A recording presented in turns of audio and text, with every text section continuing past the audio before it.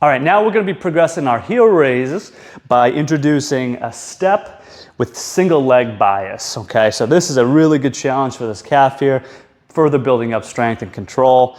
Now all you need for this is a step. And I'm going to be utilizing a 4-inch step here. You can use a threshold at home or even a step on a staircase. I do suggest using your hands just to give yourself a little bit of stability so you can focus on the strengthening.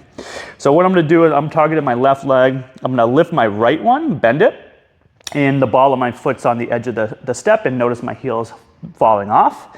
And what I want to do is push through my ball of my foot, my toes, really try to go for height. I'm squeezing this calf as hard as I comfortably can, and then I'm going to go nice and slow on the way down, right back up, usually a 2-second up, and then a little 4-second down, and I'm really going for control, especially on the down, making sure that we're not losing the control there and we're not plopping.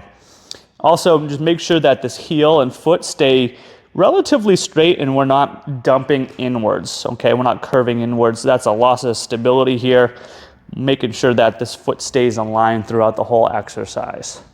So up 2 seconds, little pause, down 4 seconds, nice and controlled. You're gonna feel a good burn in that calf. And then once you're done, you can certainly switch sides, build up the other side as the other side rests, and then kind of bounce back and forth between reps